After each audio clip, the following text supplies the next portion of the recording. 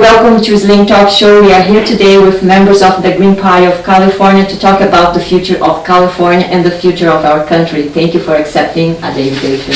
Now, I would like to remind everyone that we are an independent channel with no affiliations to third-party organizations or corporations. So let's get started. So Laura, you are Laura Wells. You are a long-time organizer and member of the Green Party of California, Alameda County, is that correct? Yes. So tell us a little bit about your journey and about your background, and explain briefly if you can, or if you want to extend yourself, that's fine, but why should I consider voting for the Green Party as well? So your background and why should I consider voting for the Green Party? I've run for state office a couple of times, mostly as state controller. We follow the money, because that's where the money goes is what's really vital. Mm-hmm. It's not the words, it's where the money goes. And I ran for governor in 2010 on a platform of state bank and tax the rich. I think that people should vote for the Green Party for actually the same reason that it called to me when it first came on the ballot over 30 years ago. Everything is interconnected. Justice, peace, the democracy, and the ecology, it's all interconnected, and we can only get there if we aren't funded by corporations and billionaires. And the Green Party never takes that money, and so therefore what we say we do when we get in office and we get elected. So that's why people should vote for the Green Party. There's nothing to lose and a lot to gain. Well, I discovered the Green Party back in the 1980s after the European Greens had gotten into parliaments in Europe, and I was very attracted to the 10 key values of the Green Party and have stayed with them ever since. Gotten involved both at the county level and the state level. And I think that, again, people should vote for the Green Party because it's founded on key principles like ecology, peace, it's also nonviolence, grassroots democracy, and social democracy. So I think that when people discover the Green Party and look at our values, they'll find that it resonates with a lot personal values as well as how to change society. Well, thank you so much, Hava. Thank you for the opportunity. I first joined the Green Party when I was living in Massachusetts in 2023. And the thing that actually brought me to the Green Party was Dr. Cornel West announcing that he would seek the nomination for the Green Party presidential candidate. But so Dr. Cornel West was really attractive to me because, he's a very storied activist and Black liberation activist. And to me, I really felt that he represented the bridging of the Black community to the Green Party, which has the best agenda for the Black community in the entire country, and really for all marginalized people, the entire working class. And so I joined the Green Rainbow Party in Massachusetts in 2023, and then I moved to San Francisco in 2024, where I became a member of the San Francisco Green Party. Mm-hmm. After about 6 or 7 months, I became a member of the county council, which just means that I help put on meetings and set agendas, coordinate volunteers, a little bit of everything. And then at the end of January 2026, Dr. Butch Ware offered me the role of press secretary for his gubernatorial campaign. And so right now I kind of split my time between his campaign and local party organizing. And the reason why I would say that people should vote for the Green Party is because if we look at the current political situation of the United States, a lot of people like to think that Trump is this unique aberration and that he's the source of all evil. But what I think a lot of us would say is that he is really just a symptom of an American malady that has been bipartisan agenda for decades. He is this representation of a declining American empire, and as Dr. Butch Ware likes to say, this is the death rattle as the empire declines and begins to behave even more erratically around the world.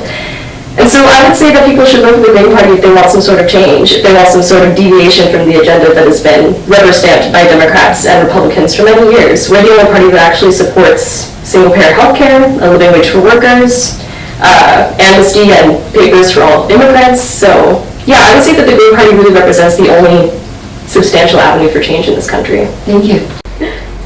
Laura, can you break down now what you mean by tax the rich and explain a little bit more in detail, if you will, for our audience, why you pushed for a state bank of California, the public banking that invests in our residents instead of Wall Street, when you actually ran for governor back in 2010. So can you just remind us why it was so important to you to push that platform?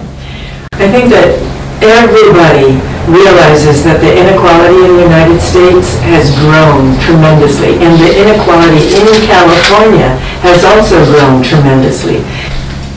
The worst part about the concentration of money is that it's the concentration of power, because you can't buy enough islands and jets and parties and fancy dresses.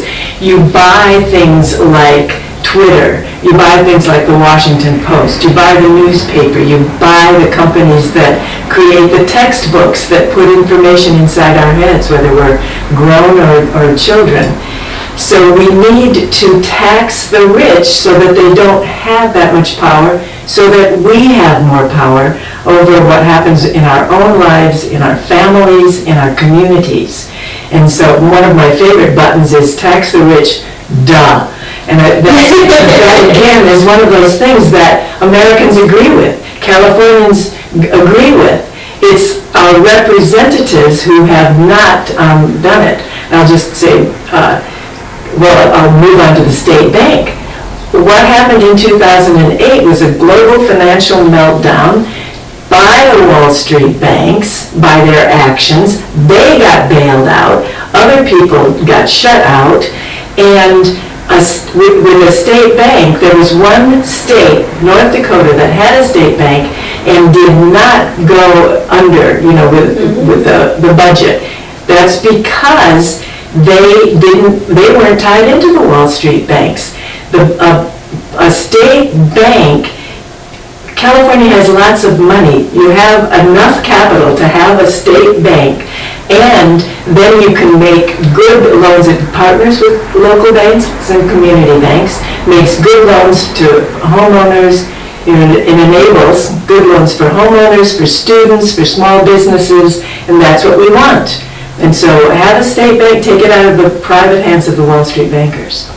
Greg, could you summarize the main economic policies of the perhaps eight or more, California Green Party candidates running in this June 2026 primary elections for Governor, Attorney General, Secretary of State, House of Representatives, I believe, and also State Assembly? So could you go over all the candidates' position and how they're gonna be actually be on the ballot, and also the economic policies? Yeah. Each candidate will be putting forth specific policies based on the office they're running for, especially the difference between the federal level and the state level. But generally, they'll all be in alignment with the Green Party platform, in particular the economic section, if we're talking about the economic policies. And so we'll be, the candidates, there are 8 of them, that's right, we'll be focusing on things like making sure that every person has a living wage, and that all the basic needs are going to be covered. We're going to be focusing a lot on universal single-payer health care, sometimes called Medicare for all, and the living wage right now, actually the federal minimum wage is still stuck at $7.25 an hour. I mean, that's insane. Nobody can live on $7.25 an hour. So I think depending on the different states, I think in California you probably need $20, $25 an hour for minimum wage. And housing is also another big issue in California. We need policies to make sure that everybody has adequate housing.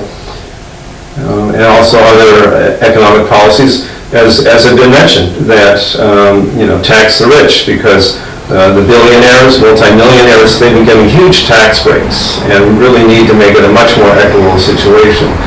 You can't even spend $1 billion.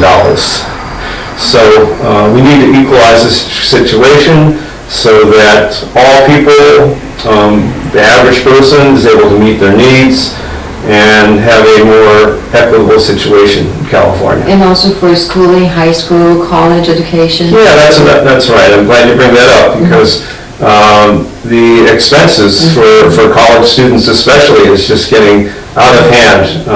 We need to have forgiveness of the loans. A lot of those loans, you need to have that education, and if you don't come from a wealthy background, you have to take out these loans. Well, that's crazy. I mean, 50, 60 years ago, especially the public universities were all free, basically. But the tuition has just skyrocketed. So, we need to get back. And other countries don't have this situation. Other countries do have free university education. So that's what we need to have in California. We can tax the wealthy people like other countries do, and we can have free tuition. Well, that's what I was going to say, is people cannot say, that's impossible, that's too expensive, that's whatever. We used to do it here, and other countries with far less wealth are doing it now. And by it, I mean both free higher education, Medicare for all, health, good health care and housing. Other countries do it. We used to do it. It can be done. And so the Green Party is the non-corporate party that will do it. Of the Republican Party would say that is socialism, and they have this radical agenda. So how would you defend yourself if we have someone come in the room now as a super radical Republican and he said, you're all socialists, what would you respond to him calmly? Well, if are you against socialism? And they'd say yes. And say, okay, well, take the ism out and put social benefits. Are you against social benefits? And if they say yes, then I don't have much hope for them. But most people will say yes. And what has happened with the propaganda machine, the sort of conditioning, is that social benefits have been made equal to socialism. And it's a word. Social benefits is a reality that we need. Well, I will just pipe in and say that, a lot of the policies that America has are socialist. For example, having free public education is a socialist policy. Having free public libraries is a socialist policy. The New Deal was a bundle of socialist policies in an attempt to, mollify the militant labor movement that was demanding more from the federal government. I will say, especially for people, I'm 27 years old, so I'm part of Gen Z, maybe a cusp between Gen Z and millennials, but especially for millennials and younger, the Red Scare propaganda is not effective anymore. We're not scared of voting as socialists and communists because many of us identify that way, and that is chiefly why we are seeing people like Zohran Mamdani getting elected. And a big key part of his election was the fact that he had the highest turnout for voters ages 18 through 25 ever in New York City history, right? And so young people, first off, we do vote, we can be motivated, but also we increasingly do want socialist and communist policies, and we identify as such. And so I would say, in response to that framing, what's wrong with being radical? I don't think there's anything wrong with guaranteeing that everyone has housing and healthcare, and we're not ashamed of those labels. Right. So you're saying basically that you are not anti-capitalist? Can I frame it as such? I would contend we're fully anti-capitalist. So you are anti-capitalist? So 100%. So, because capitalism is, to me, the way capitalism looks is you take more out than you put in. And you can't have, a few people are taking a whole lot out and not putting that much in. A whole bunch of people are putting a whole lot in and not getting enough out. And I will say, historically, if you look at capitalism versus previous economic systems, it's undeniable that capitalism, to some extent, did lift a large group of people, living under feudal systems, peasants, out of poverty, right? And I think there could be an argument made that, with a lot of state regulations and controls, that perhaps capitalism could be a good system. But the system that we're living under now, which is late-stage capitalism with absolutely really no regulatory control of what corporations say or do, the fact that wealth is concentrated, 90% of the wealth is concentrated with 10% of the families in this country, right? The fact that the minimum wage hasn't moved an inch for many years, which a lot of economists insist that if you raise the minimum wage, it disappears jobs, which it absolutely doesn't. I don't know, a lot of economists at this point are really just male astrologists to me because they like to look at these rules and say, well, if you do this, then this happens, and they're often proven wrong. And I think they still say the same thing. Exactly, they'll make the same claims and run over despite the data disproving them, because they're really attached to a lot of the dogma of these old school economists that insist well, no, the wealth needs to stay in one place, and only the banks and only the corporations can really dictate, where wealth and capital is flowing. But I think at this point in time, we all agree that late-stage capitalism is leading to the climate catastrophe, to the unchecked power that leads to people like Epstein and Trump, running sex trafficking circles and kidnapping children all over the world. These are the sorts of things that that economic system enables, and we think that, at least the American people are ready for something different. And since the American empire is really the engine behind global capitalism, if the U.S. is able to move on to something different, we think it could really help encourage the entire world to move into a different economic system as well. Perfect. Now, our topic today is not socialism, but this is a tangential topic.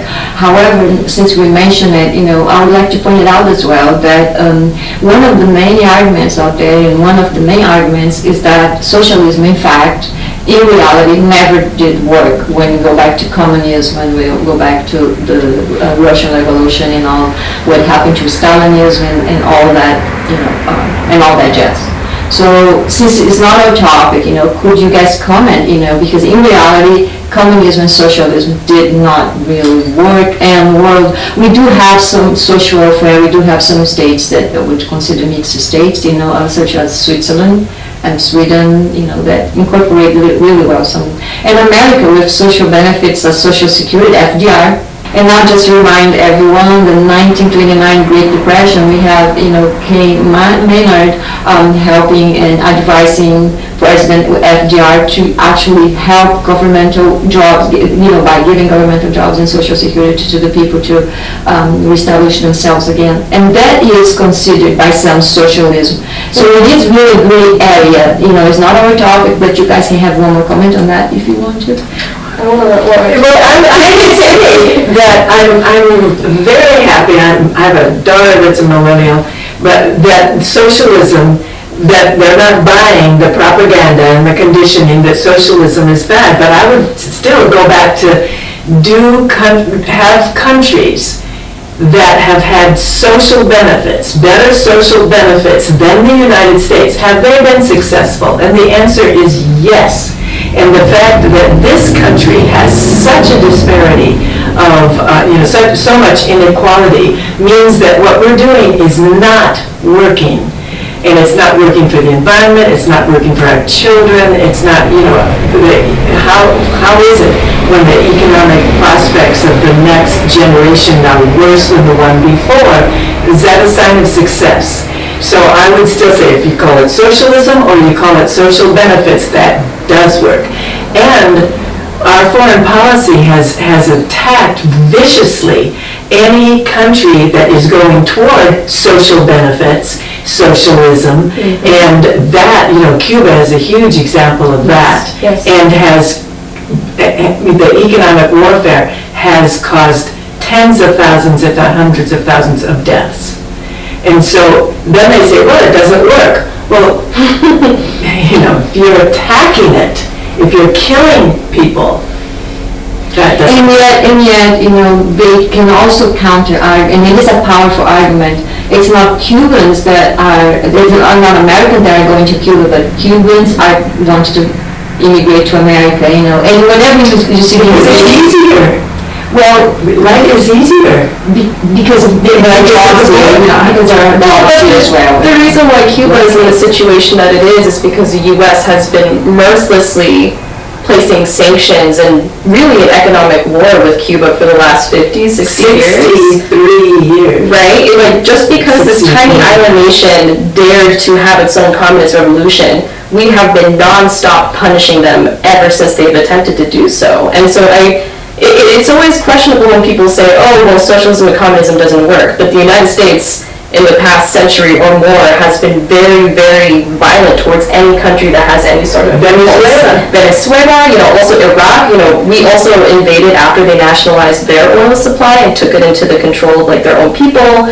There are many examples where we have been constantly interfering, and I know for Cubans, a lot of the people that end up immigrating here are usually people that sided, not with the communists, but usually on the other side. Those are usually the people that end up immigrating. And Cuba, so my family is from Panama, and all over Latin America, Cuba is seen as a beacon of medical education, that's where you go. That is like, Right. I like to say it's like the Harvard, not to use like an American, sort of a measure of evaluation, but like the Harvard of Latin America, if you're able to go to medical school in Cuba, that is extremely impressive, guaranteed success. The fact that Cuban doctors, are sent in medical envoys all over the world, the fact that they've been able to have one of the premier healthcare systems in the entire world, the fact that everyone is usually highly educated with multiple college degrees, the fact that they can't find jobs is not because of the Cuban government, it's because of the US government. And we have been essentially putting them under a complete embargo for many, many years. More than Now, 60 years. do you really believe that Yes. that Cubans cannot foment their own industry and generate jobs, so they're coming over here because of Americans are sanctioning? Do you really believe that? Because that is a very controversial point. And another thing, go ahead. Yeah, it's not controversial if you look at the facts. But it's controversial probably if you look at the opinions.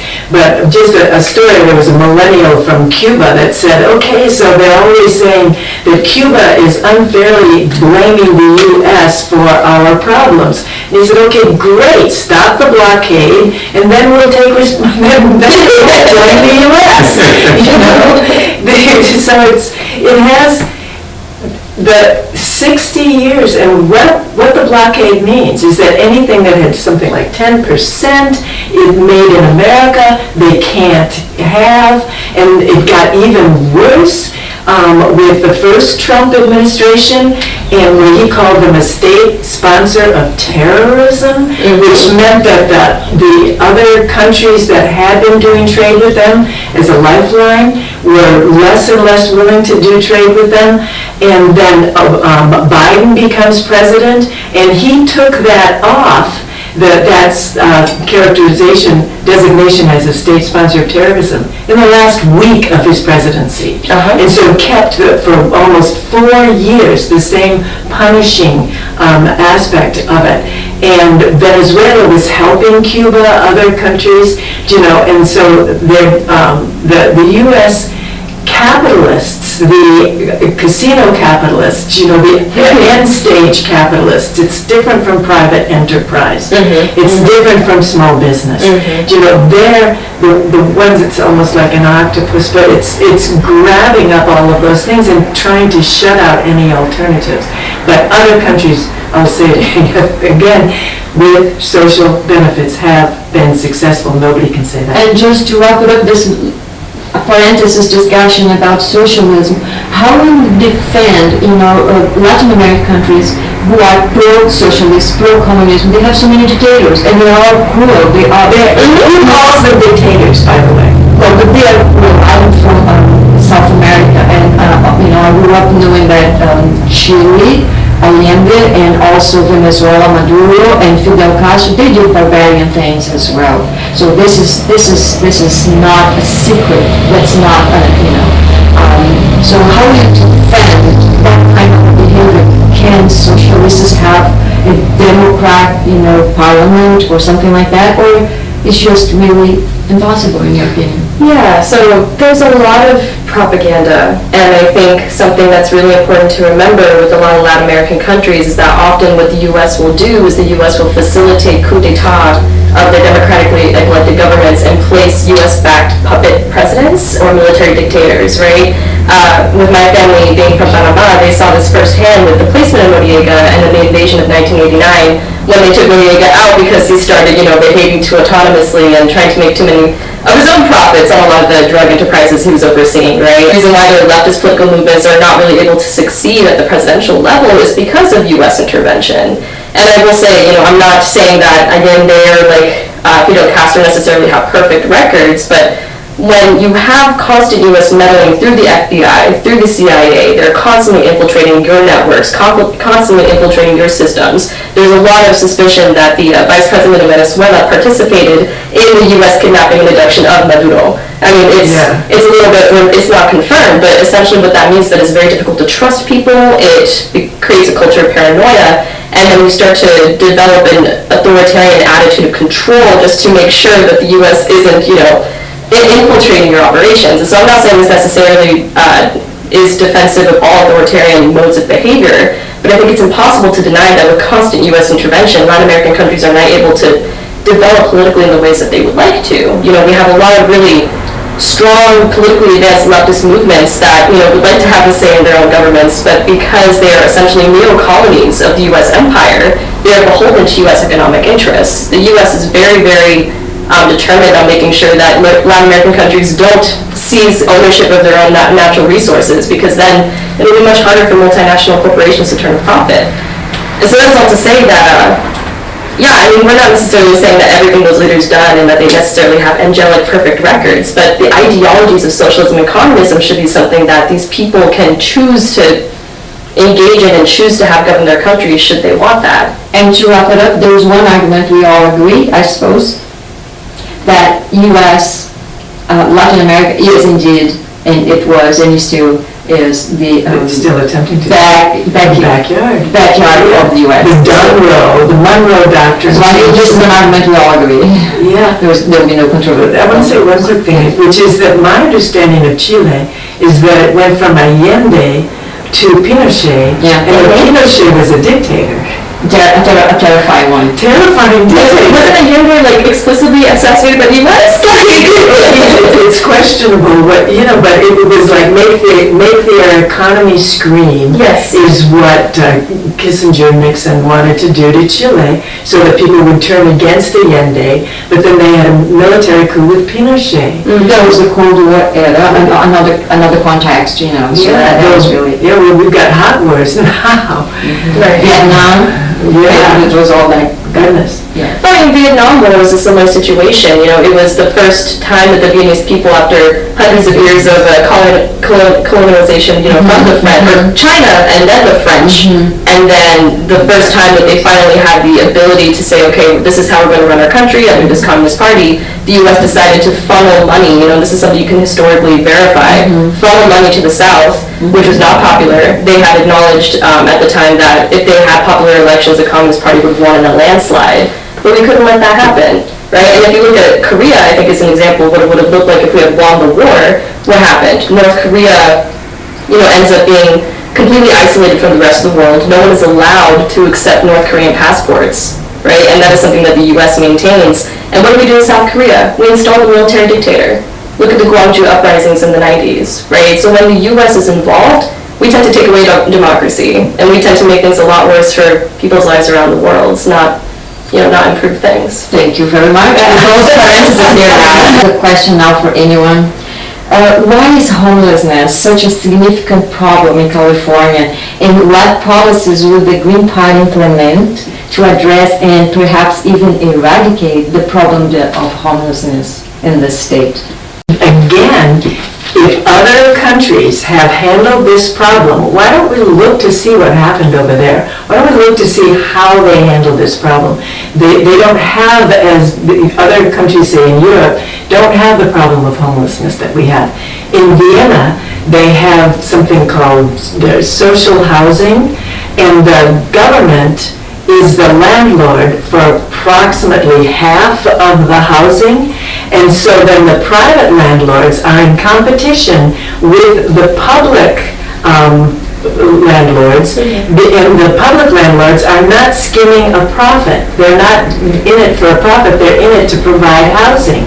So then even the private housing is more affordable. So if we had something like that here in California, then we would have more, then the prices of the rents would go down. Now it's incredible, what, $1,500 for a room or something, a studio? Only $2,500 in San Francisco. $500 for a room, and just do that on your $7.25, minimum wage. But look to those other programs and implement that. If that were the goal of, say, the Democratic Party in California, it would have been done. Yep, exactly.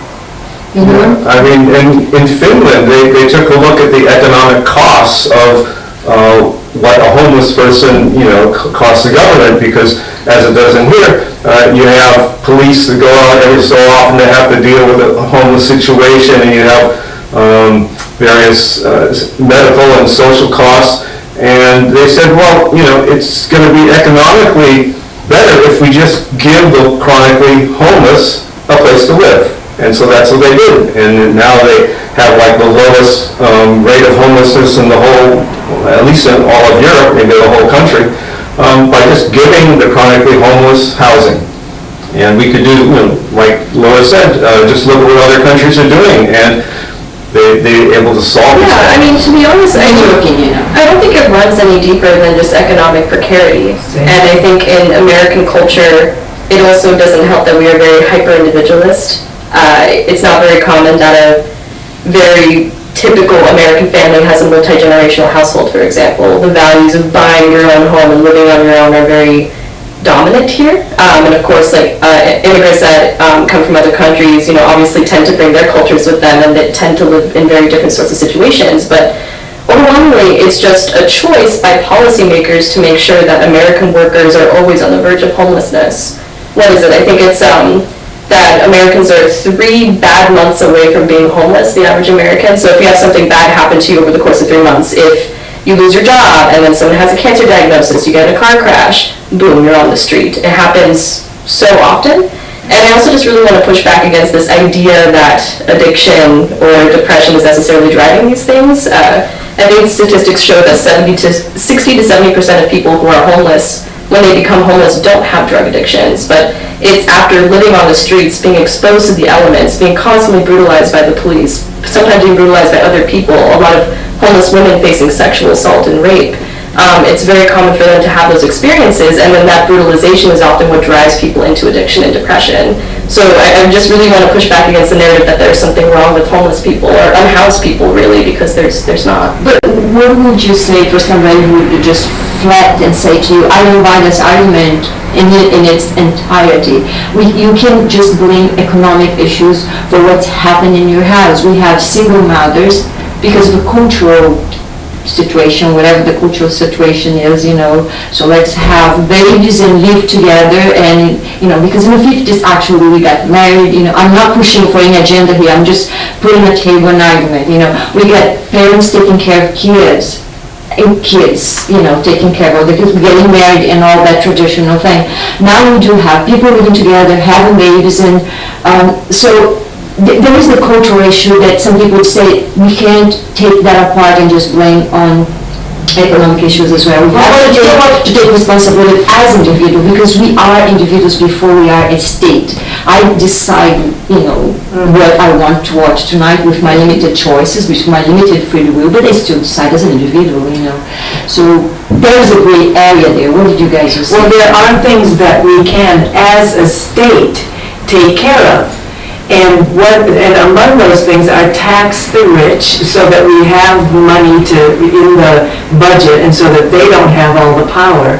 And what is the statistic about $400 that probably a lot of people have heard, that half the people in the country, if they have an extra bill of $400, can't do it? Yes. That they can't, and that's in this country, that's a fixable problem by the state. Because in a combination of how we do our economics, and when your job is so precarious, as you were saying, and you lose the job, and you lose the ability to pay rent, or you lose your house, or you lose your health care. What do you have? When you lose your car, you lose whatever. And you can't even go bankrupt if you're a renter. It's like you've got to have a house. But the whole system is set up in such a way that it's easy to fail. Yep. And you can make it so that it's not so easy to fail, even if you're messed up, even if your family's messed up. Mm-hmm. Let's talk about immigration reform. The Green Party opposes forced deportations, so I understood it, and supports a path to citizenship to undocumented immigration. To what extent, if any, are undocumented immigrants taking jobs from American citizens? Let's start with the most common counter-argument ever used, So I have a lot of thoughts around this, because I think I may have mentioned earlier that I'm the child of an immigrant family. My mother, my aunt, my maternal side all immigrated here from Panama, and they did so in the early 90s. And overwhelmingly, what us Latinos will tell you is that The government does use us as a tool against organized labor in the United States. When the government wants to flood the market with non-union labor in order to decrease the power of American unions, they open the borders. And it's very much an economic choice when they decide to open the borders versus when they close the borders. And so, yeah, there is an undeniable tension there between, the immigrant workers coming in to take quote-unquote American jobs because it is an economic choice, but it's an economic choice on the American government's part to try to kneecap organized labor, to try to weaken the power of unions in America, because what they want to do is they want to make it so unions are not able, the bargaining units are flooded, they can't speak the same language, and so workers' rights over time become weaker and weaker, and then more states become, right to work states, you don't have the same union protections, pensions go away. And so that is a problem, but I think what we would say in the Green Party is that we can have a system where we encourage immigration and still protect American workers. It doesn't have to be mutually exclusive or one or the other. By making sure unions are strong and by making sure that immigrants know their rights, know that they have the right to join a union, and by also making sure that we have papers for all. Because if immigrants can become citizens, if they can become protected people in this country with full legal rights and workers' rights, there doesn't have to be that same sort of competition.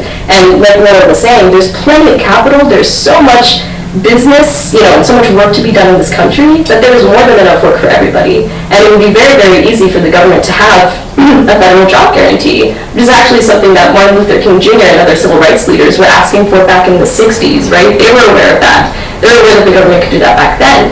Now our GDP has only grown, and that is something that we could definitely provide to all workers. And I would also say for the climate change aspect, the United States, we use, in proportion to our population on the world stage, we use an insane amount of resources, we have an insane amount of emissions, and we are causing droughts, and we are causing economic catastrophes because of the climate change we are causing in other countries. So I would contend that we kind of have a moral responsibility to accept immigrants that are coming here looking for work because we are causing those things in other countries. Right. Yeah, and then we have the Brazil program during the World War II, which basically America opened the doors, right? Mm-hmm. Yeah. Yeah. And we also had amnesty when my family was coming in as well. 1986, I believe, President Ronald Reagan. Also under Carter. Under Carter, yeah. So I want to talk about two things. One is our foreign policy and how that affects it, and what has happened to the jobs, how we have lost jobs here. And one of them is, like, for example, in Mexico, NAFTA, which came in with Clinton Gore immediately. Within 1 year, they brought in NAFTA, and NAFTA decimated the sustainable farming in Mexico, to where we're eating broccoli from agri-farms, from corporate agriculture in Mexico, whereas they used to be able to live sustainably. And a lot of times what happens, like say in Mexico, is that one person, the father, will come, leave the family behind. Is that his first choice? No. Is that the family's first choice? No. Did they come here because they just wanted a better job than they could get there? Actually, they wanted a job. First they go to Mexico City when they come here, live in a place often, and I know this personally, but and also statistically, with 5 or 6 other people in a very small place. Or a single motel room. A single motel room or something like that. And so that's our policies, our trade policies, not to mention the ecological damage and the direct military hits and things like that. Then you look at the jobs in the United States. Where have they gone? They have been shipped overseas. The jobs have been taken overseas, or they've been taken by automation. And rather than automation helping everybody work a little less, do the more creative, smarter, intelligent things, the benefits from automation over these many years, 50 whatever years, have all gone to the super rich. Those benefits have gone up here, while people, the millennials that I know, my daughter and her friends, they cobble together 2 or 3 jobs in order to make their rent and pay their bills, and their student loans and all of that. But the jobs have been automated, the jobs have been reduced, there are services that are not being provided that used to be provided, and then we blame the immigrants I don't think so. It's demonization. Yes, and the scapegoat. And it's an easy scapegoat because everybody knows the situation where somebody that was born in America used to have a job and somebody that came from someplace else has that job now. Not that a lot of them, picking produce, not that a lot of people want those jobs. There was an event once where the Latino community said, it had a march around it, take my job. Oh, are you talking about A Day Without an Immigrant? Yeah, right. It's like, take this job. Nobody will take it. It's true. We are an underclass. And last but not least, is amnesty the only solution, the primary solution for the problem of undocumented immigration right now? Make a path to citizenship that's not expensive and that is possible for the people who want to be citizens here. And that if you're talking about it right now, sure, do that. But stop meddling with other countries and stop having all of the benefits of automation go to the 1%. Have people be able to live when they're working fewer than 40 hours a week. Now moving towards the end of our conversation, how would the Green Party make healthcare cheaper and easier to get? Now, here's a question. Dr. Butch Ware, did I say that right? Butch Ware, who is running for governor, fully supports universal health care in California. My question, first of all, for the record, do you guys go back and vote for Butch Ware, Dr. Butch Ware, for governor 2026? And the second part of the question, are you all in for universal health care? Opinion, comments? I think those are yeses across the board. And I think especially as Dr. Butch Ware's press secretary, it'd be very strange if I wasn't voting for him. So yes, absolutely. Yeah. Yes, absolutely. I mean, we've already talked a little bit about it, but to reemphasize, universal health care, whether you call it single payer or Medicare for all, it's what's used in most of the countries in the world, and it covers everyone, and it's a lot less expensive, even half the cost of what we spend on health care in this country, and of course not everyone in this country is covered. So absolutely, we need to have a universal system, and there's plenty of models out there that other countries are using, but it's just, again, the capitalist system wants to maintain the current privatized healthcare system. They're making a lot of profits, and consequently, people don't have the healthcare they need. What are your comments on Obamacare? Obama health care? Obamacare was like a little Band-Aid, It helped out, like a little Band-Aid will help you out a little bit, right? But if you've got a major illness, a Band-Aid isn't going to work. And so Obamacare did help some people, but there's still, how many, 10 million, 20 million people that still don't have health care. And the health care that many people do have is insufficient. You have what, $5,000, $10,000 deductible? I mean, what kind of health care is that? So it was a tiny step in the right direction, but we need to make major changes. Globes, yes. I want to say about California and healthcare is that when Schwarzenegger was governor for something like 7 years or something, the Democratic legislature put healthcare on his desk, knowing he would veto it, twice, right?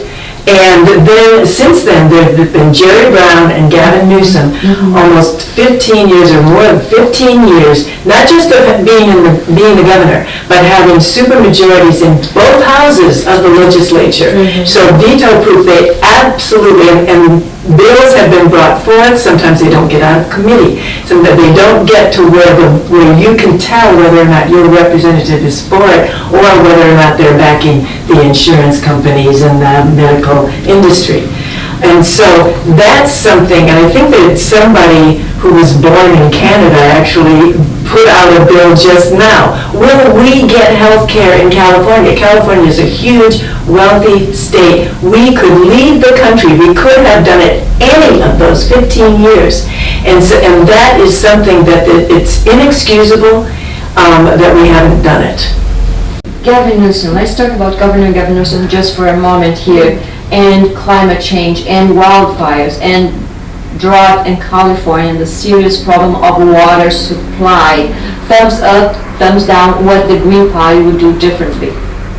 Oh, so many things. I think first thing, so this is actually a core part of Dr. Butchware's platform for governor, is that the second he would get into office, he would declare a state of emergency, a state of climate emergency, because that opens up a huge array of tools that the governor can use to start to address a lot of these issues that have been caused by the climate catastrophe. So for example, PG&E, our public power company, or it's not public, I should say, our utility company, is a private entity that's been causing wildfires up and down the state. And one thing we want to do is we want to bring it under public democratic control and make sure that the costs aren't so exorbitant. I think Californians pay more out of, compared to any other state in the union right now for power, and for a company that is causing wildfires up and down our state, and no one's been prosecuted, no one has been held accountable for PG&E. And so that is a core part of our platform, is making PG&E public, also moving to clean energy, and just a lot of the rhetoric around climate change and, responsibility is really nefarious, because it likes to put it on the individual, despite the fact that the majority of the catastrophe has been powered by corporations, corporate waste, and absolutely no accountability as to where these massive companies are, dumping toxic chemicals or what they're putting into our water, right? Like, an individual consumer going to paper straws is simply not going to have the impact that actual real corporate regulations would have. And then China has, and our problem, again, foreign policy comes in so often, but China has been a great innovator and producer of solar panels and of electric cars, and so do we have them here? Do we have the benefit of their expertise, or do we have the benefit of the medicines that are created in Cuba that address Alzheimer's and diabetes and other things like that? No, we don't. But because of the trade policies. But Europe is buying, the countries in Europe are buying the solar panels, they're buying the electric cars and things like that. There are solutions. If we didn't go like that to them, we could use them. And what is the evidence that PG is actually causing damage to the environment and even wildfires? Causing dumping toxics, or what's the evidence? Oh, I don't know if you've ever seen the movie Erin Brockovich. Yeah, we did see that. But one of the largest class action lawsuits ever awarded was against PG&E for dumping, what was it? Hexahydrate chlorine or something. Hexachromium. Hexachromium, that's what it was. Yeah, right. So, that's one thing, but also, it's public record that a lot of the wildfires have been investigated and it's been found to be PG&E's fault, essentially. So just for clarification for our audience who is watching, is not from California, what is PG and all that? Yeah, Pacific Gas and Electric. I wanted to say what it was, but I wasn't. Now, our final question, and then I'll open the floor for your final remarks as well. But for my end, this will be really my final question. Why do you think that the Green Party hasn't convinced more Americans, to vote for the Green Party, and that climate change is a reality? Well, I think the most obvious answer about why not as many people are voting for the Greens is simply the media coverage. We know that the vast majority of media in both California and the country is corporate owned, and the corporate media follows the Democrats and Republicans. And so the corporate media is not going to be interested in a political party that says we are against capitalism and we don't want the corporations to have so much power. So very typically, the Green Party candidates get very, very little media coverage, if at all. Beyond that, there are plenty of other entrenched interests. So I think that it's just very difficult for enough people to hear about the Greens. In fact, many of the people that you talk to in the street, you mention the Green Party, say, "What's the Green Party?" They've just never heard about it. Yeah. So I would say two things. I'll talk just a little bit about my campaigns, and then I also want to talk about debates. And my campaigns, I've run for office enough times that, for state office, and here in California, that every single 4 years is when it is, every single time less coverage. Every single time.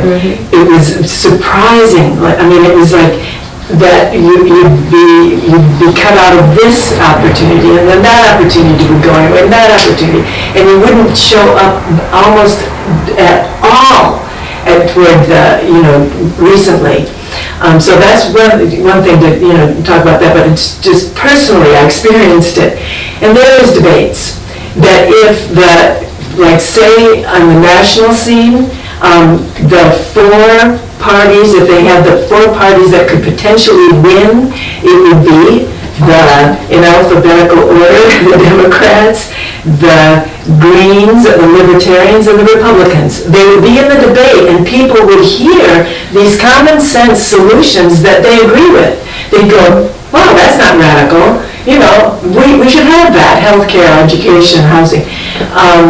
And at the state level, put Butch Ware on a debate stage with have him be one of the people that are in these debates or forum or whatever.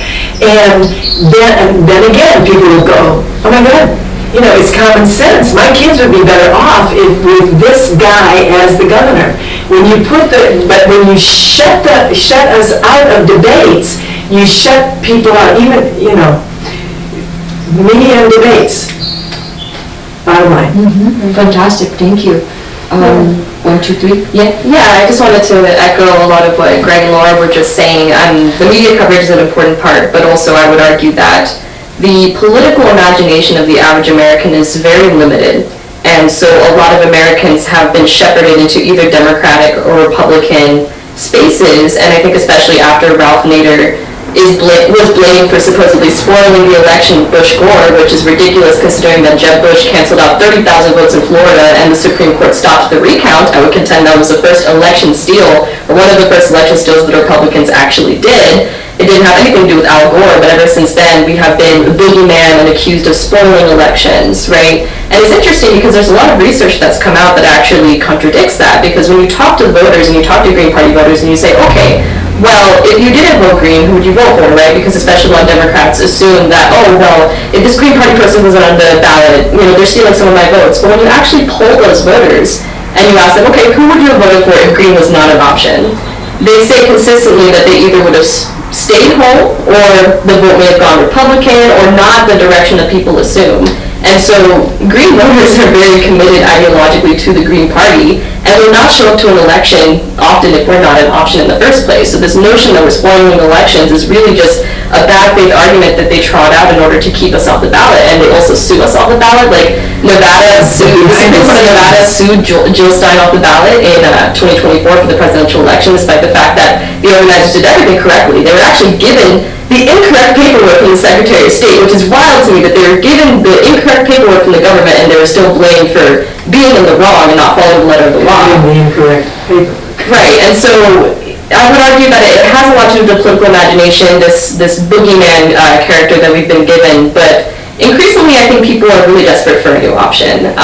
The Democrats are flailing, they're not responding to Trump. The Trump administration is pulling us into war after war, scandal after scandal, just out, very much destroying the structures that we have in the federal government, whether it's the EPA or the NIH, right? Completely devastating the childhood vaccine schedule, right? I think Americans are seeing that the options we have are no longer tenable, and they're interested in looking for something else. And I think I represent a younger generation that is interested in building a true opposition party. Now, Al Gore, yes. And the challenger, really the political party that is the challenger to Trump's policies is the Green Party.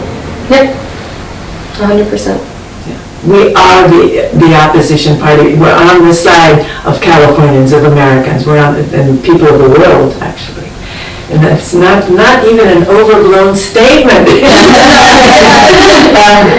Al Gore is kind of a green, right? He advocates for climate change for years now. Well, most people know him for that at this point. What's your opinion on his platform? The Yeah, quite a sigh over there.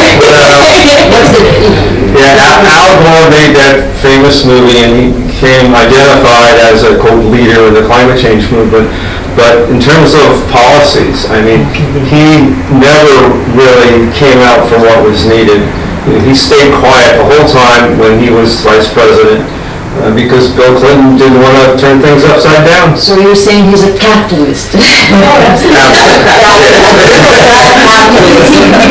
wrote a book called Earth in the Balance, and there were people at the time when NAFTA came in. There's nothing environmental about those North American free trade agreements, about those trade agreements, nothing environmental about them. And then that came in, and so some people thought, well, what we should do is buy copies of his book, Earth in the Balance, and send them to him and say, you ought to read it. And I think just one last thing I'll say around the South is that, the Green Party, we stand for so much more than just the environment. And I think because we're green and that's the color that has to be associated with these movements and, a lot of green movements, so on and so forth, people tend to assume that the only thing we care about is the environment. But we care about so much more. We have advocated and actually created political change on so many different arenas, right? Anti-war and peace, democracy, workers' rights, immigrants' rights, women's rights. We also have the best agenda for the Black community because we actually advocate for reparations. So we stand for a lot more than just the environment. And so sometimes it can be a little frustrating when people are just like, oh, Al Gore was kind of green. Well, first off, he was a Democrat, but second, we stand for so much more than that. And so we really want to engage in political education to let voters know that we really have the solutions to their problems. Because all of those things are interconnected. The worst thing you can do for the environment is war.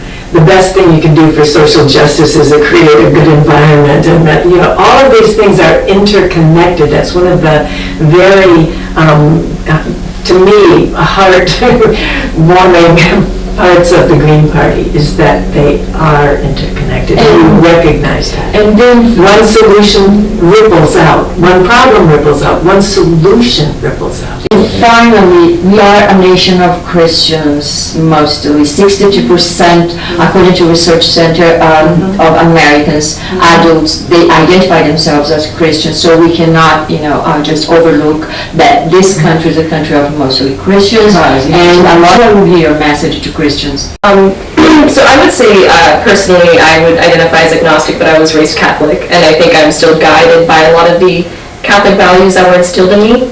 Specifically, the idea that life is a blessing and that earth is God's gift to humanity. And I would argue that it is incumbent on a lot of the Christian community to use their resources to help protect the earth, instead of, subscribing to this idea of the second coming and just allowing the apocalypse to happen before your eyes. If anything, the Green Party is the only party attempting to protect God's gift to humanity.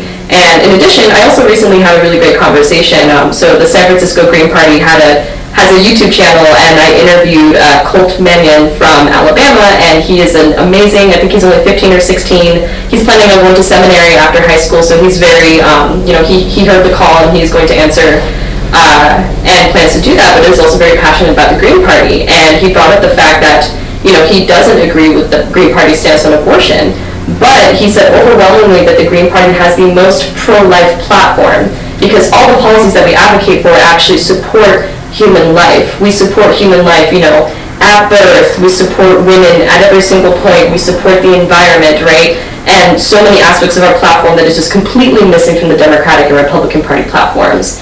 And I think at the end of the day, we cannot let perfect be the enemy of the good. And just because there's not necessarily 100% alignment, if you still feel 95% alignment, I think it's still worth it. And generally, because we are interfaith, interracial, we're a very open sort of community, you will not be turned away for your Christian values. If anything, we really value that. And I would contend that the American left is really missing more connection and coordination with churches because they are, very community-driven, organic resources, and it is a very wonderful way that you can galvanize a community towards social progress. And so, if anything, I would argue that the best party for people with Christian values would be the Green Party. And wasn't Jesus a socialist per se?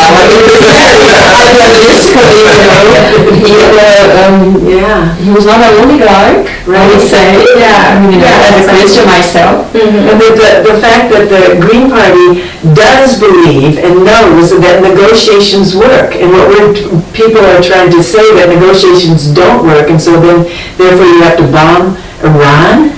No, and bombed the people who were gathering in order to talk about negotiations. And so, thou shalt not kill. You know, if that's a strong belief, and it is a strong Christian belief, then stop the wars. You know, stop the economic warfare, and the military and things like that. And the Green Party is definitely in line with that, because the profit-making weapons corporations can't buy us. None of them can buy us. All right, Greg, your final remarks. I just have to concur with everything that both Valley and Laura have said. I mean, if Christianity is about life and turn the other cheek and love thy neighbor. Love thy neighbor. So take care. All right, thank you so much. Thank you so much, Laura. Your final remark. Well, it is time for a change. It is time for a change. And California has a powerful role to play in making that change. This is where we can go for cutting the ties to the oligarchy that does things like bombing other countries and doing Epstein kinds of networks that crossed it, that was a bipartisan effort. We can here in California vote for Dr. Butch Ware on June 6th. June 2nd is the primary. It's an open primary. You don't have to be any political party. You can vote for Butch Ware. There's absolutely nothing to lose. Vote for Butch Ware if you want peace and social justice and the ecology and a real democracy for yourselves and your family and your community. Thank you. Now, go ahead, your final remark. Yeah, I just want to echo a lot of what Laura just said about Dr. Butch Ware. The primaries are coming up June 2nd. We are a default vote by mail state, so ballots are going to be mailed out early May. And so please just encourage, everyone you know, if you know anybody in California, live in California, to vote, get out to the polls, whether you're voting by mail. I believe California also does same-day registration, so you can also even do that on June 2nd. And of course, I really want to emphasize Laura's points about it being an open primary, because way too many people have approached, have said, oh, well, I'm not a Green, so I can't vote for Dr. Butch Ware. That is not true. Anybody can vote for anyone in this open primary that is happening in June. Gavin Newsom is termed out. This is a magnificent opportunity for a third party to take power in California. And if we're able to elect a Green governor, that breaks the duopoly. It does. It truly breaks the duopoly, and it breaks open the potential of this party that has been doing a lot of important work and has been, in my opinion, doing a lot of awesome stuff politically, even without having a ton of elected officials. But we still do have hundreds of elected officials at the local and state levels. And what was the other point I was going to say? 1, 2, 3. 1, 2, 3, 1, 2, 3. I was going to talk about Dr. Butch Ware and voting Green. Yes. 1, 2, 3. Voting Green is important, but I would contend on top of that, joining your local Green Party, building your local Green Party is very, very important. And it's really important that we build something outside of the Democratic and Republican Party structures. And I'm not going to lie, it is tough work. It is tough work because we don't take that corporate money. We rely on a lot of volunteering. We're censored by a lot of corporate media. But at the end of the day, what we're doing here in California isn't just happening in California, it's actually a nationwide movement. We have Greg Stoker running for Congress for the Green Party in Texas. We have Anthony Aguilar and Brian McGinnis, the Marine veteran who actually got his arm broken in a Senate hearing because he was protesting peacefully and saying that the sons and daughters of people in this country do not want to fight for Israel, right? And so we really represent a burgeoning anti-war movement that is responding to this moment in a substantive way that the Democrats and Republicans absolutely aren't. So please join your local Green Party. If there isn't one, found your local Green Party, reach out to us. We're happy to help. And yeah, I believe we really are the only way forward. Thank you so much. Thank you so much. Thank you. And thanks for watching.